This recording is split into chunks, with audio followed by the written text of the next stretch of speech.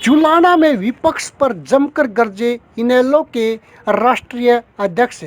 जुलाना कस्बे की पुरानी अनाज मंडी में इनेलो कार्यकर्ताओं की एक बैठक का आज रविवार को आयोजन किया गया। बैठक में इनेलो के राष्ट्रीय अध्यक्ष अभय सिंह चौटाला मुख्य अतिथि के रूप में पहुंचे। उन्होंने कार्यकर्ताओं को संबोधित करते हुए प्रदेश और केंद्र सरकार की नीतियों पर सीधा निशाना साधा तथा संगठन को मजबूत करने का उनके द्वारा आह्वान किया गया। उन्होंने कहा कि भाजपा के शासन में महंगाई और अपराध लगातार बढ़े हैं। किसान, व्यापारी, कर्मचारी सहित समाज का हर वर्ग सरकार से परेशान है। उन्होंने कहा कि स्कूलों में पढ़ने वाले बच्चे और उनके अभिभावक भी सरकार की नीतियों से दुखी हैं। उन्होंने कार्यकर्ताओं से पार्टी संगठन को मजबूत करने और लोगों के बीच लगातार सक्रिय रहने की अपील की। उन्होंने कहा कि संगठन को मजबूत करने के उद्देश्य से उन्होंने प्रदेश के लाखों लोगों से मुलाकात की है। प्रदेश की जनता ने भाजपा को सत्ता से बाहर करने का मन बना था, लेकिन कांग्रेस नेताओं ने जनता के साथ विश्वासघात किया। उन्होंने भूपेंद्र सिंह हुड्डा और उनकी टीम पर भी निशाना साधते हुए कहा कि कांग्रेस की भूमिका के कारण भाजपा को तीसरी बार सरकार बनाने का मौका मिला है। उन्होंने प्रधानमंत्री नरेंद्र मोदी द्वारा किए गए पुराने चुनावी वादों का जिक्र करते हुए कहा कि किसानों की आय दुगुनी करने, काला धन वापस लाने और लोगों के खाते में 15 लाख रुपए आने जैसे वादे उनके द्वारा किए गए थे, लेकिन उन्होंने पूरा नहीं किया। उन्होंने आरोप लगा कि भाजपा ने विकास और रोजगार के मुद्दों के बजाय लोगों को जात पात के नाम पर बांटने का काम किया है।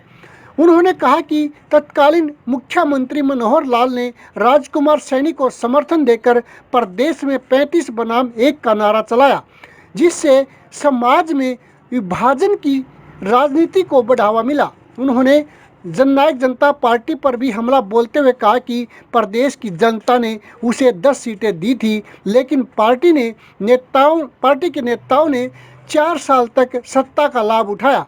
अभय सिंह चौटाला ने आरोप लगाया कि कांग्रेस के षड्यंत्र के कारण प्रदेश में भाजपा की तीसरी बार सरकार बनी।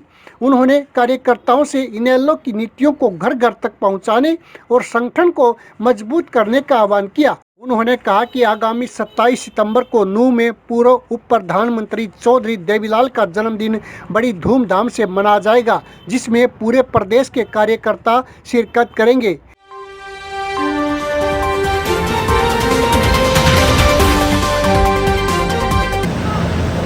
मैं सबसे पहले तो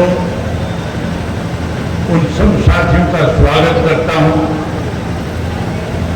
जिन्होंने आज अलग अलग पार्टियां छोड़ करके चौधरी देवीलाल जी की नीतियों में अपना विश्वास व्यक्त किया, इंडियन नेशनल लोकल पार्टी को ज्वाइन किया। उन सबका पार्टी में बहुत स्वागत है, अभिनंदन है। बीजेपी का राज बनने के बाद महंगाई बढ़ी है। बीजेपी का राज बनने के बाद प्रदेश देश में भ्रष्टाचार बढ़ा है, कानून व्यवस्था खत्म हुई है, बेरोजगारी बढ़ी है।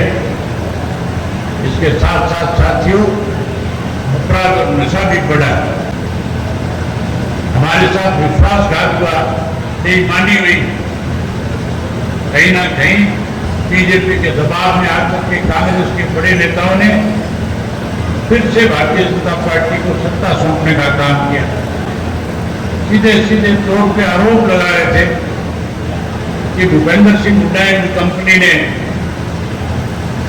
हमारे साथ विश्वासघात किया, षड्यंत्र किया और भाजपा को फिर तीसरी बार सरकार बनाने का मौका दे दिया। मोदी जी ने देश के लोगों से आह्वान किया था, किसान का वोट कैसे मिले, इसके लिए कहा था कि मैं किसान की आय दोगुना कर दूंगा, स्वामीनाथन की रिपोर्ट को लागू कर दूंगा, महंगाई पे रोक लगा दूंगा, आम गरीब आदमी का वोट कैसे हासिल हो उसके लिए कहा था। जो काला धन विदेशों में जमा है उस काले धन को वापस जाऊंगा और हर व्यक्ति के खाते में 15-15 लाख रुपया जमा कर दूंगा।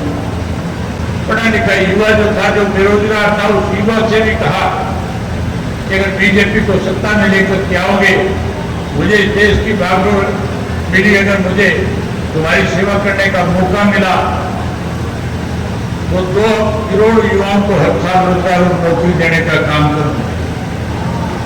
लोगों ने विश्वास कर लिया, भरोसा कर लिया, देश में प्रदेश में सरकार बना दी। सरकार बनने के बाद भाजपा ने अपनी बात, अपने वायदे पूरे करने के बजाय साथियों जात पात मजहब और धर्म के नाम पे देश और प्रदेश को बांटना शुरू कर दिया।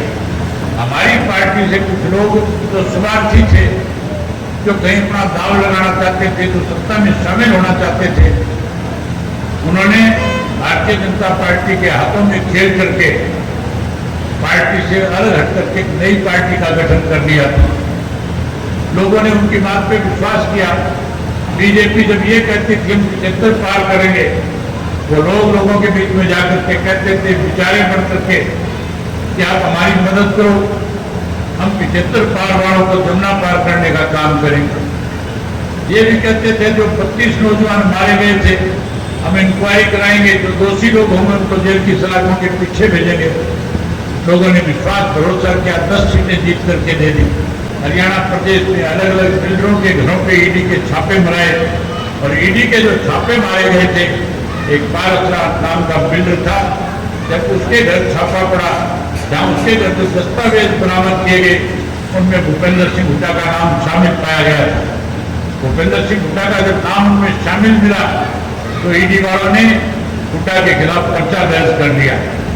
पर्चा दर्ज होने के बाद जहाँ ईडी को गिरफ्तार करना चाहिए था, गिरफ्तार करने की बजाय उससे कहा कि जाओ जाकर के भाजपा के बड़े नेताओं से मिलो, अगर जेल की सलाखों से बचना चाहते हो तो भाजपा से संपर्क करने का काम करो।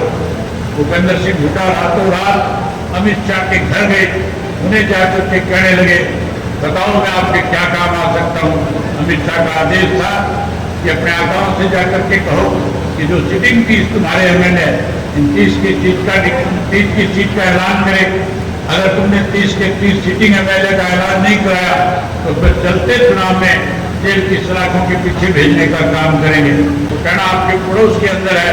तो कहना में राहुल गांधी ने विजेंद्र को टिकट दे करके भेजा था, जहां विजेंद्र जीतने वाली स्थिति में था, लोग भाजपा को नफरत की दृष्टि से देख रहे थे।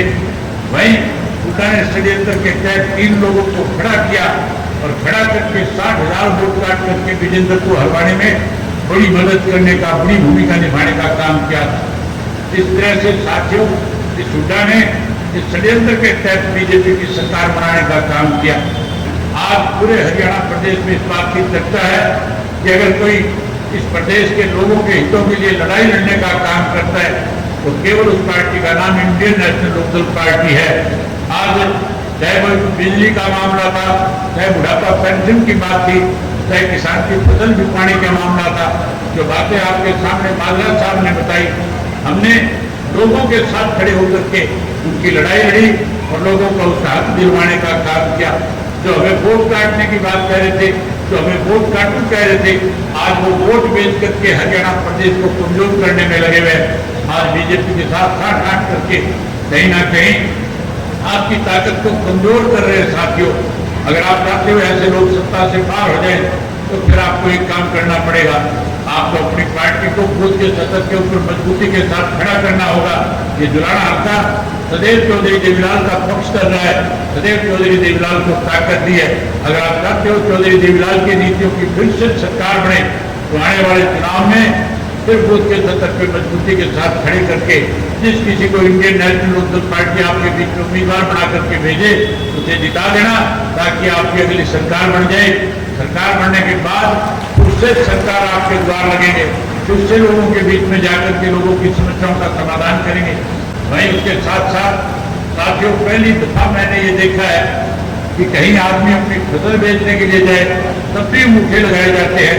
अंगूठे बदमाशों के लगाए जाते थे, अंगूठे साथियों कर्जा लेने वालों के लगाए जाते हैं, लेकिन पहली दफा है कि सरकार ने आपके अंगूठे लगा करके आपको अपमानित करने का काम किया।